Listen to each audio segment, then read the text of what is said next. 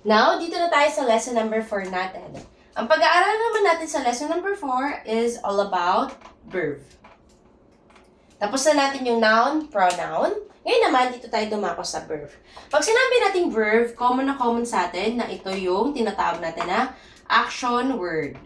O siya yung kumikilos sa pangungusap. Ibig sabihin, kung ito ay may pagkilos o paggawa, yan ang verb natin. Halimbawa natin, Millie walks. In Tagalog, si Millie ay naglalakad. Sino yung tinutukoy natin dito? Si Millie. Ngayon, ano yung ginawa niya o yung kinilos niya o yung naging action niya?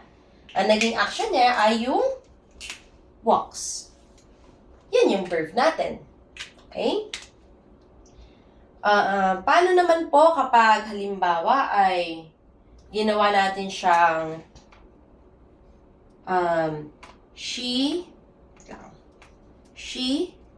walks. From Millie, ginawa natin she. From noun, naging pronoun na she. Paano naman po kapag ganyan?